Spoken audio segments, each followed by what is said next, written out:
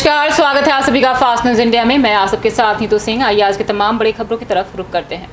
किसानों ने अपना ट्रेन रोकने के लिए हो गए विवश। जी हां, खबर पंजाब के हरिके पतन से है, जहां किसानों को लेकर केंद्र सरकार की मुश्किलें दिन ब दिन बढ़ती जा रही हैं। खेती बाड़ी को लेकर जो कानून पास किए गए हैं पूरे देश में, किसानों ने उसको नामंजूर किया है, जिसके चलते पिछले कुछ दिनों से किसानों ने पूरे पंजाब में ट्रेनों को रोक रखा है। आज जिला तरन तारण के गांव हरिके से किसानों का काफिला ट्रेन रोकने के लिए रवाना हुआ है। स्वर्ण सिंह खेहरा ने बताया कि जब तक सरकार अपना काला कानून वापस नहीं लेगी, किसान संघर्ष कमेटी तब तक ट्रेनों को रोकेंगे। देखिए हरिके पतन से लखविंदर सिंह की रिपोर्ट।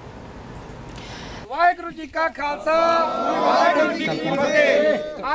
लोहे ਦੇ ਬੱਜਰੀਆਂ ਦੇ ਉੱਤੇ ਸਾਡੇ ਕਿਸਾਨ ਵੀਰ ਸੁੱਤੇ ਆ, ਉਹਨਾਂ ਦੇ ਸੰਯੋਗ ਵਾਸਤੇ ਅੱਜ ਅਸੀਂ ਇੱਥੋਂ ਚਾਲੇ ਪਾਉਣੇ ਆ। ਪਿੰਡ ਹਰੀਕੇ ਨੇ, ਪਿੰਡ ਬੂ ਵੇਲੀਆਂ, ਬੂ ਵੰਗਾ ਤੇ ਬੂ ਪਿੰਡ ਤੇ ਬੁਰਜ ਪੂਲੇ, ਇਹ ਸਾਰੇ ਅਸੀਂ ਰਲ ਕੇ ਅੱਜ ਉਹਨਾਂ ਦੀ ਸਾਥ ਦੇਣ ਵਾਸਤੇ ਜਾ ਰਹੇ ਆ। ਜਿੰਨਾ ਚਿਰ ਇਹ ਮੋਦੀ ਦੇ ਕਾਲੇ ਕਾਨੂੰਨ ਵਾਪਸ ਨਾ ਹੋਏ, ਉਹਨਾਂ ਚਿਰ ਵਾਸਤੇ ਸੰਘਰਸ਼ ਕਦੇ ਮੱਠਾ ਨਹੀਂ ਪਊਗਾ, क्योंकि गमराह हो चुके आ। जिवें थोड़े दिनों जो सुखबीर ने चाल खेडी मोदी तो दूर हो के भी मैं हुण किसानां दे नाल खड़ा, या कैप्टन ने 6 महीने पहलों साइन करके अज कहंदा मैं किसानां नाल खड़ा।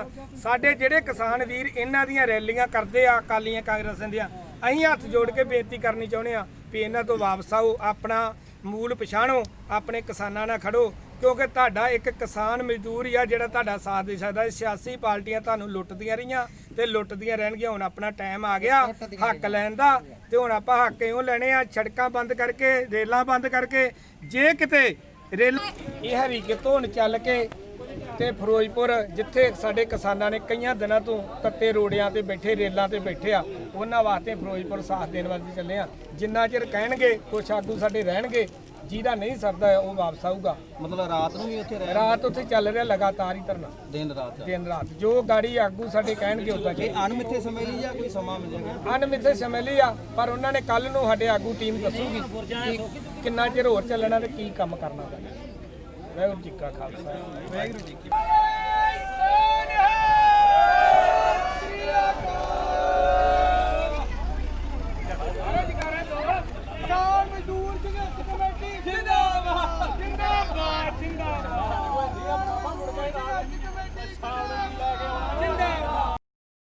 कस्बा फतेहपुर के कोटेदार के खिलाफ जन आक्रोश। जी हां, यूपी के आजमगढ़ के मार्टिनगंज तहसील क्षेत्र के कस्बा फतेहपुर गांव के कोटे के दुकान के उपभोक्ता ने कोटेदार श्याम बिहारी गौतम पर गंभीर आरोप लगाते हुए हस्ताक्षर युवक पत्र उप जिलाधिकारी मार्टिनगंज बागेश शुक्ला को सौंपा। उपभोक्ताओं ने कहा कि कोटेदार प्रति यूनिट 2 से 3 किलो कम खाद्यान्न देता है तथा मिलने वाला चना भी 100 से 200 ग्राम प्रति किलो कम देता है। 2500 ऐसे उपभोक्ता हैं जिनका अंगूठा लगवाकर भी राशन नहीं देता और कहता है कि राशन खत्म हो गया है। विरोध करने पर कितने लोगों को मारपीट भी चुका है, अन्य कुछ लोगों को मारने पीटने की धमकी भी देता है।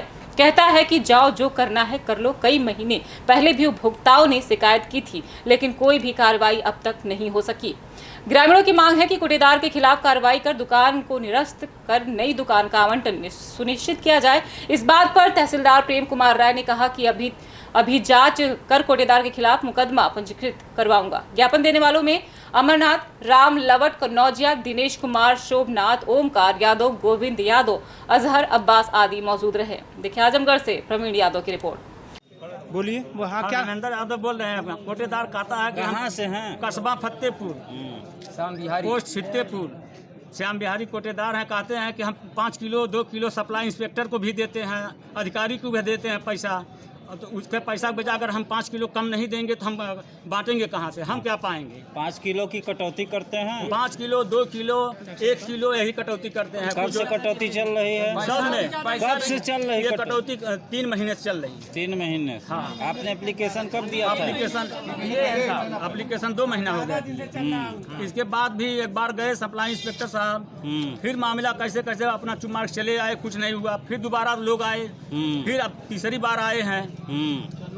और चन्ना में तो आधा किलो पाव भर से बेसी किसी को दिया ही नहीं। अब तक कोई कार्रवाई नहीं हुई। कोटेदार का क्या नाम है? कोटेदार का नाम श्याम बिहारी गौतम। एक आदमी को मारे भी हैं, उसी का विरोध करने के बाद इस आदमी को मारे, चारों बाप पुत्र लपट के। यहाँ से पता चला है जी। एसडीएम ऑफिस से जी। कि जांच अधिकारी नियुक्त कर दिए गए हैं और जांच के लिए जा रहे हैं। जांच अधिकारी नियुक्त हुए 2 बार, कोई कार्रवाई हुआ ही नहीं। वो कहता पैसा लेते हैं, जितना जिसको करना हो कर ले, हम उसके लिए सक्षम हैं। बल्कि आया भी है। ताकत है उतनी लगा लो जा करके, हमारे दरवाजे पे मत आना आज से। साहब हम गए थे आने के लिए राशन, देखिए, कहे कि कितने बोरिया बड़े देकर बच्चे ये लावारिस बच्चा ये को लेकर बच्चे के का पिता इसको हाथ भी से हटा दिए, मर गए। मर गए हैं। इस बच्चे हमने को कहा गया इसको राशन भी लेने, दे दो। इसका झोला कहा उठा कि के नहीं फेंक देंगे दिए। हम, कहे राशन हम नहीं देंगे। नहीं देंगे। हम लोग जो कि इसको दूसरी जगह से राशन मांग करके इसके ला करके दिए इस बच्चे को। अनाथ है। हाँ अनाथ है सर। देखिए सर, जो जब नहीं दिए कमरे से हम लोग खाना कमरे से लिए। प्रतापगढ़ एमडीपीजी के छात्राओं ने किया प्रदर्शन। जी हां, प्रतापगढ़ एमडीपीजी के छात्राओं ने किया प्रदर्शन। शिक्षा विभाग की लापरवाही से हजारों परीक्षार्थियों के भविष्य पर लगा ताला। परीक्षार्थियों ने आरोप लगाया प्रतापगढ़ जनपद में शिक्षा विभाग के घोर लापरवाही आई सामने। एमडीपीजी कॉलेज के सैकड़ों छात्र ने किया प्रयागराज फैजाबाद रोड जाम। शिक्षा विभाग की लापरवाही से हजारों छात्राओं का भविष्य खतरे में। प्रदर्शन करके रखी अपनी मांग। पूरा मामला जनपद प्रतापगढ़ एमडीपीजी कॉलेज का है, जहां पर परीक्षार्थियों का आरोप है कि परीक्षा के टाइम टेबल के हिसाब से बीए तृतीय वर्ष की परीक्षा हिंदी साहित्य का पेपर 30 सितंबर को प्रातः 9 बजे सुबह से होना था, पर छात्राओं को बिना किसी पूर्व सूचना के परीक्षा 27 सितंबर को ही करा दी गई। पर आज जब छात्राएं परीक्षा देने के लिए विद्यालय पहुंचे तो उनको बताया गया कि हिंदी साहित्य का पेपर 27 सितंबर को ही हो गया है। यह बात सुनकर परीक्षार्थियों के होश उड़ गए और उन्होंने रोड जाम करके धरना प्रदर्शन करना शुरू कर दिया और फिर से पेपर कराए जाने की मांग की है। देखिए प्रतापगढ़ से विशाल रावत की रिपोर्ट। देखिए 30 तारीख जो कि आज है, हिंदी का पेपर आज होना था और कॉलेज प्रशासन ने ये पेपर जो है परसों यानी 27 तारीख को दे दिया बिना छात्र कोई अवगत कराए, कोई सूचना दिए। और जो बच्चे आज पेपर देने आए हैं उनसे कहा गया आज पेपर नहीं लिया जाएगा, चाहे चक्का जाम करो और चाहे जाके मर जाओ। ये देश का भविष्य मर जाए, चक्का जाम करे अच्छा लगेगा, हमें भी रोड पे चक्का जाम करना अच्छा नहीं लगेगा। लेकिन कॉलेज प्रशासन ने ऐसा बोला। कॉलेज प्रशासन बता रहा है कि ये 3 तारीख को अपलोड कर दी गई। नहीं, कोई अपलोड नहीं है। अगर अपलोड होता ये सैकड़ों छात्र क्या आज पेपर देने आते? मैं कहता हूँ ठीक है, सभी लोग एंड्रॉइड फ़ोन नहीं यूज करते, जो यूज करते हैं वो तो आज ना आते।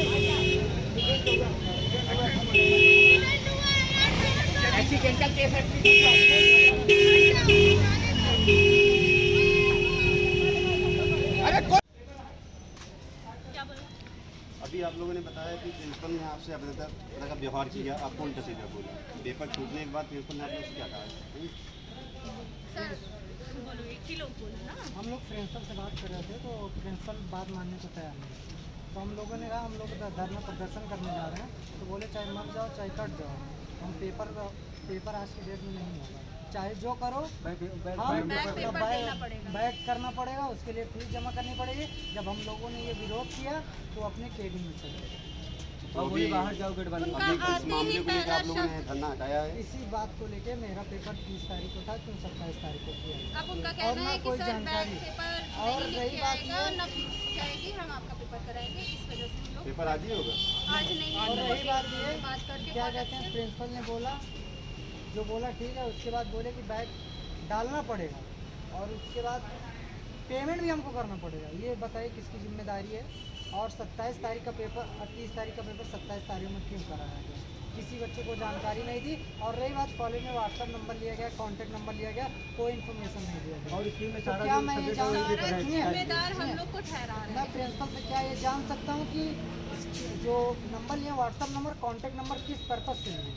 जब आपको मैं इन्फॉर्म नहीं प्रिंसिपल से करना यही है तो जानकारी चाहिए। जीमेल, कॉन्टैक्ट ये सब रख के क्या फ़ायदा है अगर आप हमें इन्फॉर्मेशन नहीं दे सकते हो टाइम पे? हमारा बस इतना ही कहना है, आप अगर इन्फॉर्मेशन नहीं देना चाहते हो तो लीजिए ही नहीं। कभी आप फॉर्म भरते वक्त तो कहे हुए एक डिटेल नहीं छोड़ना और फिर इन्फॉर्म टाइम में तो आप सीधे कहते हो हमारी कोई जिम्मेदारी नहीं, आप अपना देखो। ऐसे व्हाट्सएप नहीं। नंबर लिए, ईमेल आईडी लिए हैं, 2-2 कॉन्टेक्ट नंबर अलग से लिए हैं, तो किस लिए लिए हैं? हम ये जान सकते हैं प्रिंसिपल से, पूरे स्टाफ के कर्मचारी से।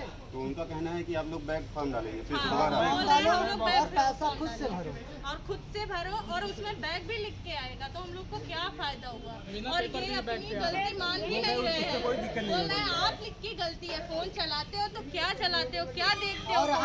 सर एग्जाम होने वाला है, 24 घंटे फोन नहीं लेके 26 बैठे। तारीख को शाम को स्कीम अपलोड की गई 6 और बजे शाम 27 तारीख को लेकिन उनका कहना है, उन्होंने अपने मोबाइल में दिखाया 3 तारीख को स्कीम अपडेट हो गई थी। सर हम तारीख की स्कीम और दिखा दे सर, ये 3 तारीख की स्कीम है सर, आप फोटो ले सकते हैं। 30 तारीख को हिंदी फर्स्ट ईयर का पेपर ये तो पुराना था, लॉकडाउन के पहले से ही। नहीं सर, ये लॉकडाउन का है, बाद है, लॉकडाउन के पहले लॉकडाउन के बाद में पेपर ही नहीं था।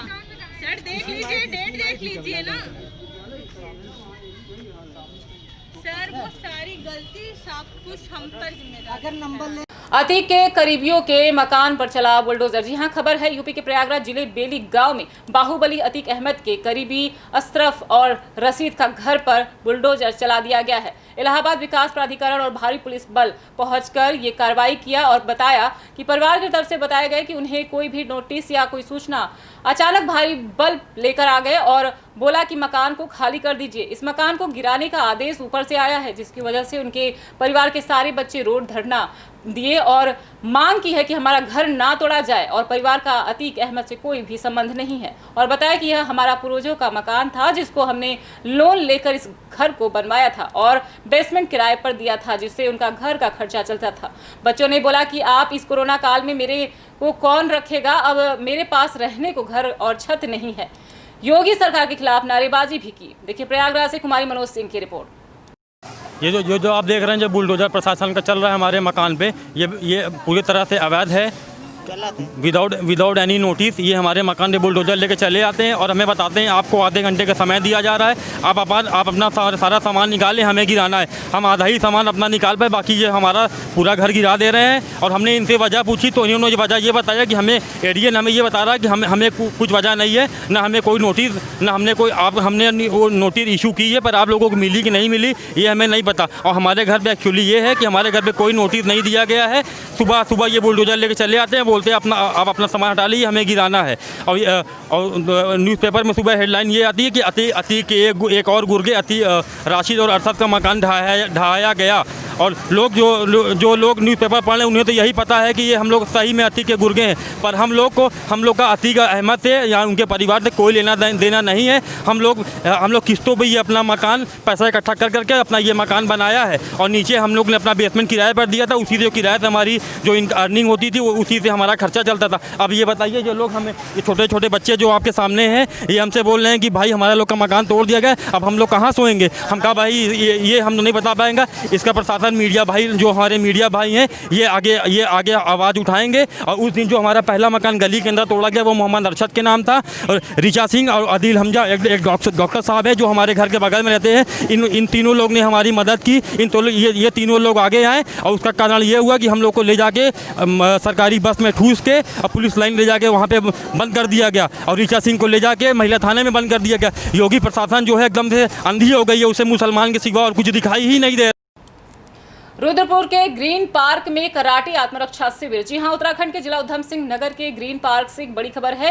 एक अनोखी पहल की शुरुआत की है दर्पण स्पोर्ट एकेडमी उत्तराखंड एवं जिला उधम सिंह नगर तेन सिकन कॉन कराटे डो एसोसिएशन द्वारा एक दिवसीय बालक बालिका निःशुल्क कराटे आत्मरक्षा शिविर का आयोजन किया गया, जिसका शुभारंभ खालसा ओवरसीज रुद्रपुर को मैनेजिंग डायरेक्टर मिस अनंतदीप रंधावा एवं विश्व बैडमिंटन खिलाड़ी अर्जुन अवार्डी द्वारा फीता काटकर किया गया। वहीं दर्पण स्पोर्ट्स एकेडमी उत्तराखंड अध्यक्ष सेंसई शांति चौधरी, सेंसई कृष्ण कुमार, सह कोच हाशिम मियां, करणजीत सिंह द्वारा बालक बालिकाओं को कराटे की दाव पेच सिखाए गए। देखिए रुद्रपुर से शाहनुर अली की रिपोर्ट।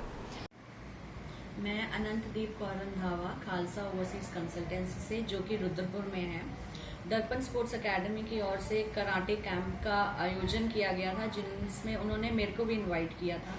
मुझे बहुत अच्छा लगा वहाँ जाके। उन्होंने वहाँ पे वुमेन्स के बारे में, सेल्फ डिफेंस के लिए उन्हें कराटे सिखाया और उन्हें ये भी बताया कि कराटे कितने इम्पोर्टेंट है उनके लिए, वो अपना खुद सेल्फ डिफेंस कर सकती हैं। आगे जाके जितना भी दर्पण स्पोर्ट्स अकेडमी को कभी भी मेरी जरूरत पड़ेगी किसी भी रूप में, मैं हमेशा उनके साथ खड़ी हूँ। बहुत बहुत धन्यवाद। बहुत बहुत धन्यवाद। आगे खबरों का सिलसिला लगातार ऐसे ही बरकरार रहेगा, लेकिन आप बने रहिएगा फास्ट न्यूज इंडिया के साथ। तब तक के लिए मुझे दीजिए इजाजत। धन्यवाद।